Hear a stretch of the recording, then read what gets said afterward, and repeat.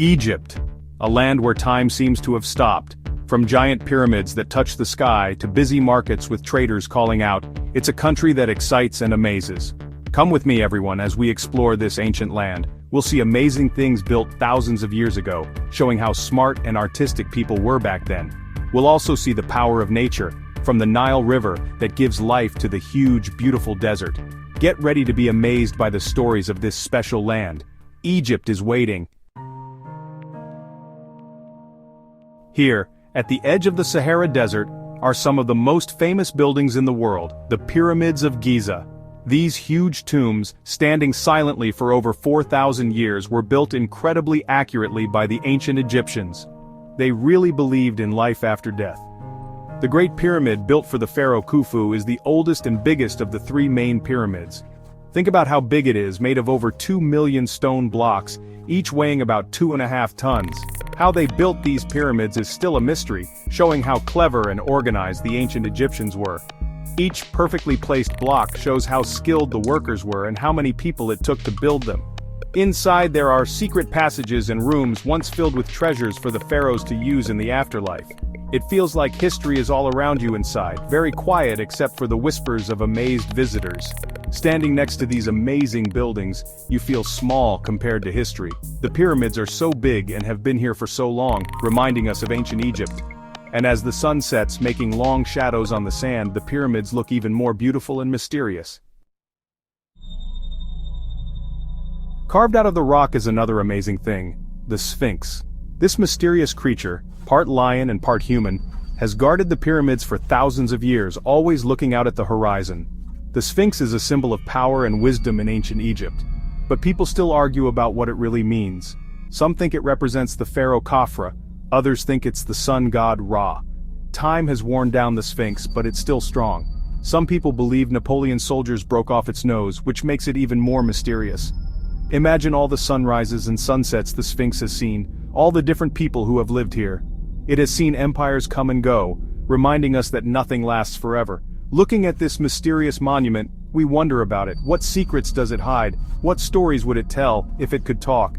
The Sphinx reminds us of the power of the past and that some mysteries may never be solved. Sometimes what we imagine is more powerful than any answer.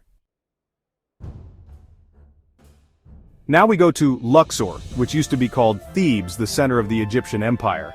Here by the Nile River among palm trees and sugarcane fields are some of Egypt's most amazing temples. Karnak Temple is on the east side of the Nile.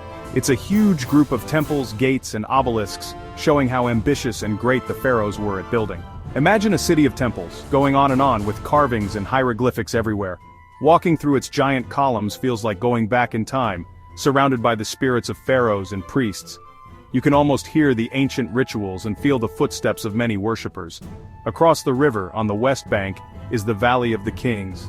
It's a quiet and amazing place where pharaohs from the New Kingdom like Tutankhamun were buried. Hidden under the hills are tombs with bright paintings and detailed carvings, showing what Egyptians believed about life after death. When Howard Carter found Tutankhamun's tomb in 1922, it amazed the world. The Boy King's golden mask is famous now, and shows how skilled the ancient Egyptian artists were.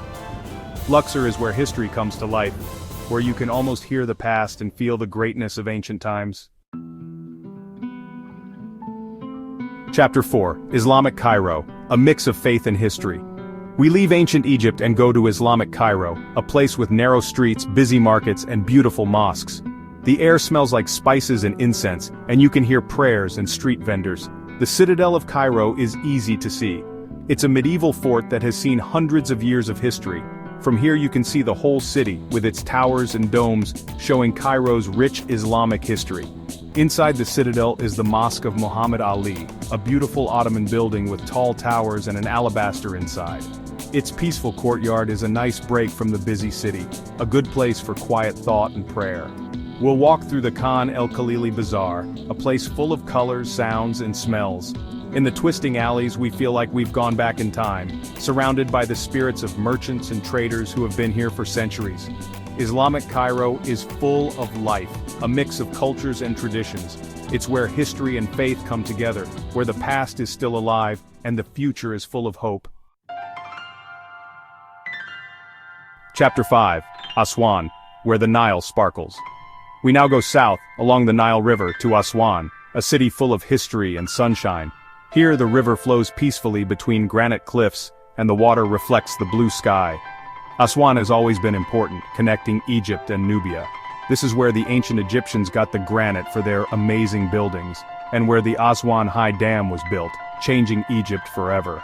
We'll take a ride on a felucca, a traditional sailboat, and glide along the Nile. The soft breeze smells like jasmine and hibiscus, and we hear children laughing and playing on the riverbanks. We'll visit the unfinished obelisk, left in the quarry because it cracked. It's still partly stuck in the ground, showing how huge the ancient Egyptian building projects were. And as the sun goes down, making long shadows, we'll watch the sky turn amazing colors, reflected in the Nile's calm water. Aswan is peaceful and beautiful, where the past and present live together perfectly. Chapter 6. Abu Simbel, saved from the depths. Deep in Nubia, by Lake Nasser, are the twin temples of Abu Simbel, showing how ambitious and clever Ramses II was. These huge monuments, carved into a cliff, were almost covered by the rising Nile after the Aswan High Dam was built. Imagine how hard it was to take apart and move these giant buildings, each weighing tons. Thanks to people from all over the world, the temples were carefully moved to higher ground, saving them for the future. 4 giant statues of Ramses II guard the main temple, looking out over the lake peacefully. Inside, the walls have detailed carvings showing Ramses' victories, his reign, and his worship of the gods. Twice a year, on Ramses' birthday and coronation day, the rising sun shines deep inside the temple, lighting up the statues of the gods. This amazing event shows how much the ancient Egyptians knew about astronomy. Abu Simbel shows human cleverness and how people can work together. It reminds us that even the biggest problems can be solved when we work together to save our shared history. We go back to Cairo, to the Egyptian Museum, a place full of artifacts from thousands of years of Egyptian history. Here, in the quiet rooms and dimly lit displays, we see things left behind by a civilization that once thrived along the Nile. Imagine seeing Tutankhamun's golden funeral mask. This famous artifact, a symbol of ancient Egypt, is just one of many treasures here. We'll see beautiful jewelry worn by pharaohs and queens, delicate papyrus scrolls with hieroglyphics, and statues of gods and goddesses from ancient temples. Each object tells us about the lives, beliefs, and art of the people who made them. The museum shows how interested people are in ancient Egypt, a place where scholars and dreamers can explore its mysteries.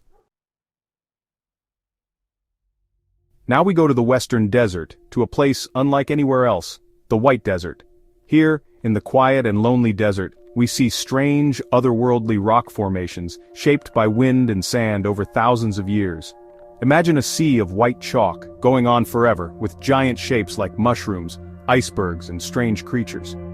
The setting sun makes long shadows, turning the desert into a dreamlike place.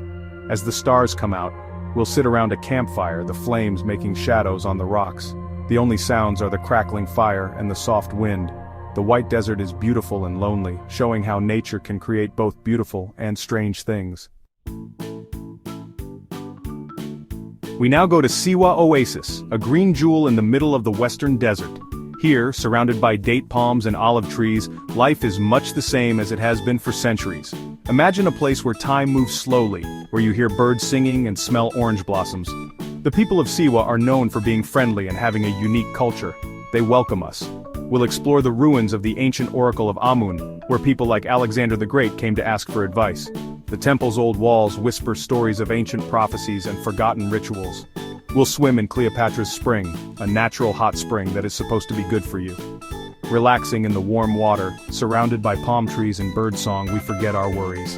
Siwa Oasis is peaceful and quiet, showing that even in the harshest places, life can thrive. Our last stop is Alexandria, a city that has always been a meeting place for different cultures. Started by Alexander the Great, this busy Mediterranean port city has a rich history and a lively mix of people. Imagine walking along the Corniche, the city's waterfront, as the sun sets over the Mediterranean Sea. You smell the salty air and hear seagulls, and the sky is full of color. We'll visit the Bibliotheca Alexandrina, a modern building on the site of the ancient Library of Alexandria, once one of the biggest and most important libraries in the world. Its huge collection and beautiful design honor the old library. We'll explore the catacombs of Kom el Shokafa, an underground burial place from Roman times. Its detailed carvings and mix of Egyptian, Greek and Roman styles make it a truly unique and interesting place. Alexandria connects continents and cultures, a place where the past and present live together. As our trip through Egypt ends, we feel amazed. From the giant pyramids of Giza to the busy streets of Cairo, from the beautiful Nile to the strange white desert, Egypt has excited us and made us think. We've walked where pharaohs walked and explored the ruins of ancient civilizations. We've seen the power of nature and how strong people can be, and we felt the warmth and kindness of the Egyptian people. Don't forget to like, share, and subscribe for more amazing travel videos.